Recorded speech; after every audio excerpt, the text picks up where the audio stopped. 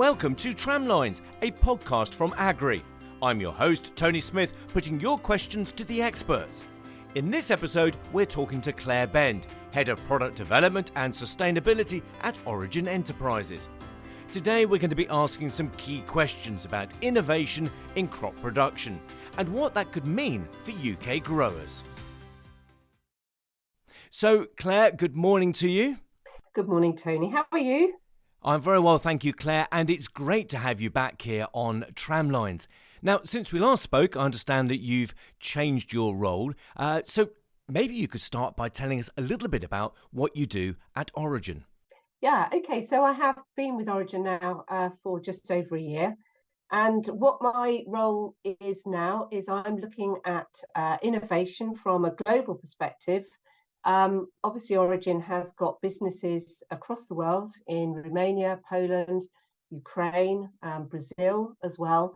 So I'm out there searching for ideas and experiences that we maybe can bring back to Agri UK and use some of that knowledge to help UK farmer customers.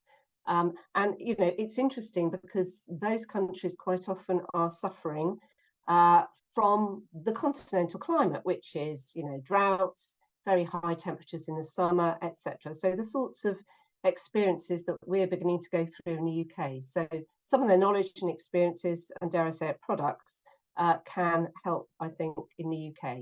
Well, that sounds really interesting, Clare. And before we came on air, as it were, you said that with regards to innovation, there's many reasons to be cheerful. So where do we start? For example, do we need to understand the registration processes or what's changing in our marketplace? Yes, I guess just let's start with that registration situation. And I guess, again, in my new role, I'm having a look at the impact of things like the Green Deal on how farmers grow crops in the EU. So they are trying, as you know, have this aim to reduce pesticide use by 50% by 2030. And that is really driving change across the EU.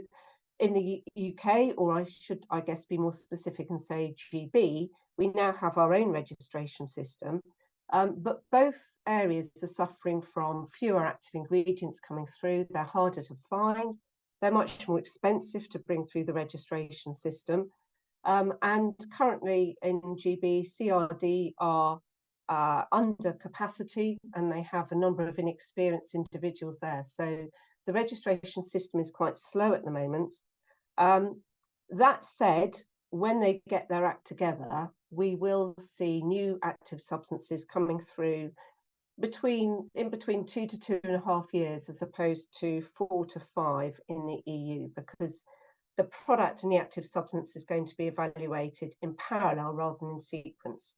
So one reason to be cheerful was we had the new BASF herbicide Luxinen Plus in methylene approved this last year, and that was a full 2 years ahead of the EU. So, you know, there are some upsides, but at the moment CRD have got a big workload.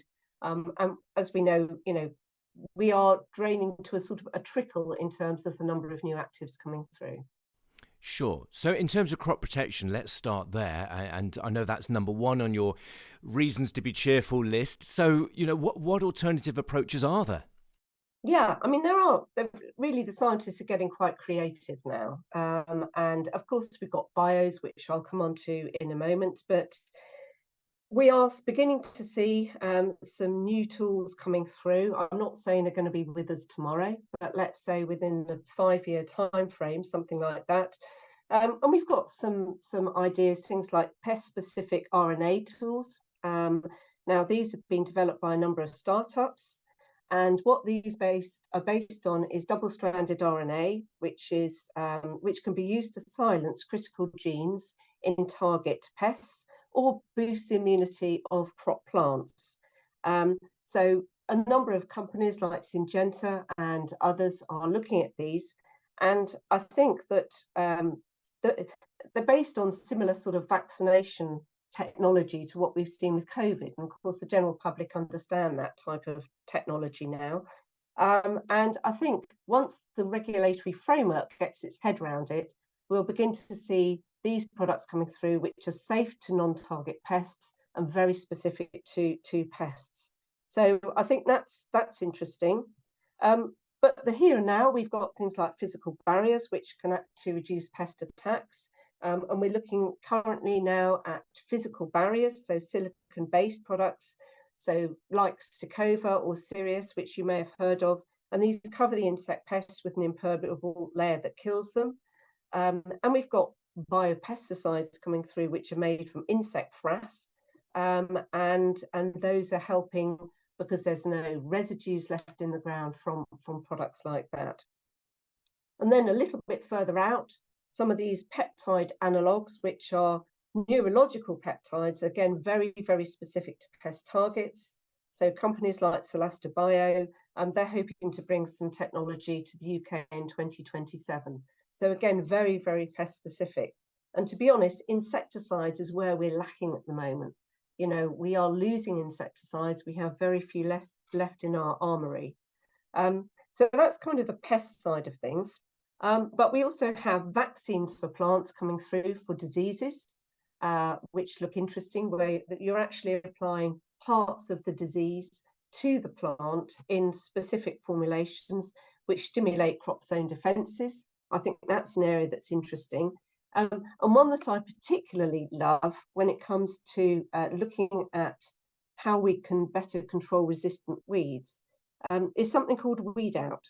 So this exploits weed sterility to use it alongside traditional crop protection chemistry. But basically, the pollen of the target weed is treated. You then apply it to a field which contains the target weed, which is actually flowering. And that then fertilizes the target weed, but the seed that's produced is actually unviable.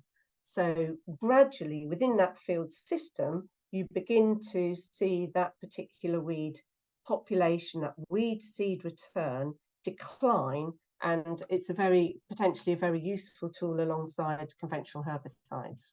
What I'm hearing with a lot of these ideas is really low, if any, mammalian toxicity, and very, well, what you're suggesting is little or even no residues to be concerned about in food or in the soil. Precisely. So there's some. This sounds incredibly forward-thinking and very clever. Yeah, I'm not saying it's around yet, though, Tony. That I should say these things are, 5 years out, something like that. Yes, of course, that makes sense, Claire. Now, you talked about biologicals. We've talked in other podcasts about biostimulants and biocontrols. So what's new in that arena? Well, I think what's new is we have to look at the backdrop here of the high rate of acquisitions of some of these small startup companies and the injection of major R&D companies and their know-how around things like formulation. So I would expect to see these biological products becoming increasingly reliable largely through improved formulation. And, we heard from Don in the last episode about the good, the bad, and the complicated. And I would say now, some of these are, the complexity is how we get the most of some of these biological products. And particularly when it comes to things like the adjuvant system that they're applied in, those can actually be quite toxic to, let's say, a biopesticide, which is essentially a microorganism. And we're beginning now to see some of these specialist adjuvant companies really think very long and hard about the best way to help these products stick to the plant surface, persist on the plant surface, and help feed those active microorganisms and help their performance. And I think that's where we will see some major advantages there. The other aspect, if you take biostimulants, is that legislation in the EU now means that biostimulants have to be approved. And whilst that is not the case in the UK, I think you will see those which have got an EU approval, so therefore there's good data behind them, actually getting greater traction on the UK market. Yeah, and as you said, to our listeners today, do listen to Don Pendergast's podcast on biosolutions. Really interesting in terms of the work that he's doing here right now in the UK, trying to make sense of those new areas. So Claire, we now have to think back to Groundswell that we attended and again recorded podcasts at a few months ago, and the talk there of nutrient use and soil health. You know, what can growers expect to hear more about in that area? Yeah, I mean, nutrient use efficiency is a big buzzword at the moment, or perhaps from a climate change point of view, it should really be nitrogen use efficiency.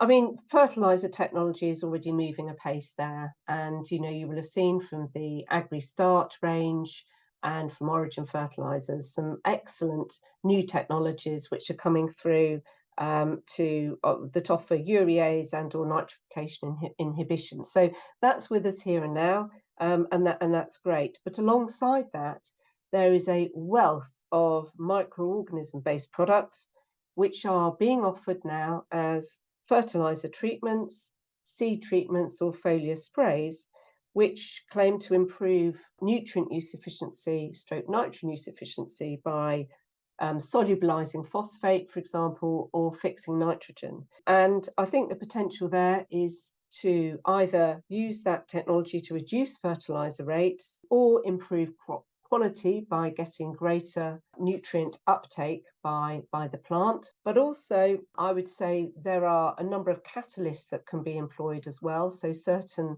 micronutrition elements which can help as well improve that nutrient use efficiency. So some really great improvements there. And I would also say that some of these microorganisms are also being used to speed up the breakdown of crop residues. And again, thinking about soil health and the need to increase organic matter, improve nutrient availability in soils, and largely this is being done by promoting soil biological activity. There's a lot of positive evidence to say that, some of these microorganisms can be targeted in this way to help us improve soil health. So I think those are a couple of areas. And finally, I'd say watch this space for a range of organic mineral fertilizers to be coming through the system, which really will help the circular economy.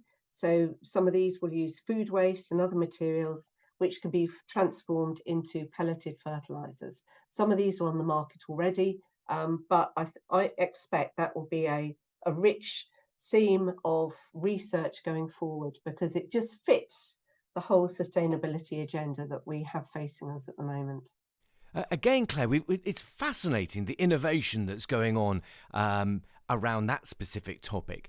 Now, talking of innovation, digital, how can we use digital technologies to help us? I know it's on your list. Are there, again, reasons to be cheerful? Yeah, I mean, it's coming on in leaps and bounds. And I'd say it's really at the point now of delivering something useful to help with crop protection and all measure changes in biodiversity. And I'd say from the sensing point of view, we are now really in the midst of one of the greatest technological revolutions, with ramifications that fall under, let's say, for example, ways to track and measure biodiversity changes. So there's some great new technologies coming through. Syngenta, for example, have got a new biodiversity sensor, which recognises and measures key species. So let's say we're looking at ways to compare and contrast different mix of pollinators, for example, that we might plant around the edges of fields, or as part of our 1,000 miles of wildlife corridor, which is one of our sustainability commitments. We can use that type of technology. We can also consider things like soil sensors, which are out there, which can measure soil health. So in a short space of time. So the PES soil sensor is being tested at the moment. So that can take a sample of soil and fairly quickly analyze it for different aspects of soil health, organic matter respiration, texture, levels of organic carbon, that sort of thing as well. But then we also have ways to, for example, startups like LiveSen, which are measuring actual nutrient levels in in foliar extracts. So we already have things like the Yara N tester, which is looking at measuring chlorophyll.